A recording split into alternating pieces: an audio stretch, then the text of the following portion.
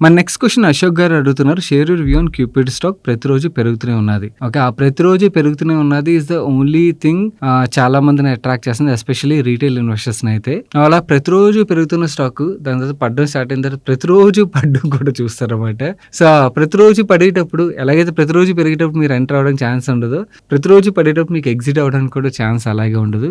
Currently 29,000 crores market క్యాప్‌లో అయితే trade అవుతున్నది. And price to sales multiple చూసారనుకోండి 74 times price to sales multiple. Okay. ఎంత magic లెవెల్‌లో బిజినెస్ గ్రో అయిపోయినా కూడా 74 times price to sales multiple అండి. ఓకే. వీళ్ళ దగ్గర అంతా అంటే పోనీ మ్యాజిక్ డ్రగ్ ఏమైనా ఉన్నదా? ఓకే. సడన్‌గా అంటే ఇప్పుడు ఇన్వెంట్ చేశారు. దానివల్ల మార్కెట్‌లో తీసుకురాగానే ఇప్పుడు మనకి వెయిట్ లాస్ డ్రగ్ ఉన్నది కదా! ఓకే.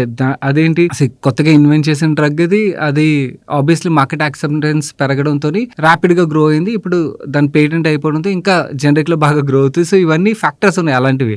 ఇక్కడ వీళ్ళు ఇన్వెంట్ చేసింది అసలు ఏమున్నది? ఓకే. ఆ ప్రొడక్ట్ రిలేటెడ్‌గా అంత సడన్‌గా మ్యాజిక్ అంటే 74 times price to sales multiple లెవెల్‌కి కూడా జనాలు ఇన్వెస్ట్ చేయడం వెనకాల అసలు లాజిక్ ఏముంటుందండి? అండ్ ఇన్‌ఫాక్ట్ ఇంకోటి షేర్ హోల్డర్స్ ఒక కౌంట్ కూడా చూడండి. ఎగ్జాక్ట్‌లీ 2-3 క్వార్టర్స్ బ్యాక్ సెప్టెంబర్‌లోని less than lakh share holders ఉన్నట్టయితే ఇప్పుడు 2,00,000 పైన షేర్ హోల్డర్స్ ఉన్నారు. అదే మనకు క్లియర్‌లీ చెప్తుంది.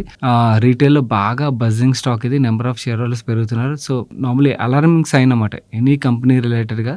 మనం బిజినెస్‌లోని ఎప్పుడైనా కూడా బజ్ లేనప్పుడు అండ్ స్ట్రాంగ్ ఫండమెంటల్స్ ఇవన్నీ ఎలాగా ఉండాలి. బజ్ లేనప్పుడు మనం ఆ ఫండమెంటల్స్ ఇంప్రూవ్‌మెంట్ ఉన్నది ఇవన్నీ కనబడుతున్నాయి అనుకోండి. అలాంటి టైంలో ఏదైనా కంపెనీలో ఇన్వెస్ట్ చేసినా కూడా మనకి ఆ మార్జిన్ ఆఫ్ సేఫ్టీ ఉంటది. అండ్ గ్రాడ్యువల్ వెల్త్ క్రియేషన్ ఉంటది. ఇవన్నీ ఏంటంటే కొన్ని వర్డ్స్ వాడకూడదు. ఎందుకంటే ప్రమోటర్స్ పగబట్టేస్తున్నారు ఈ మధ్యన.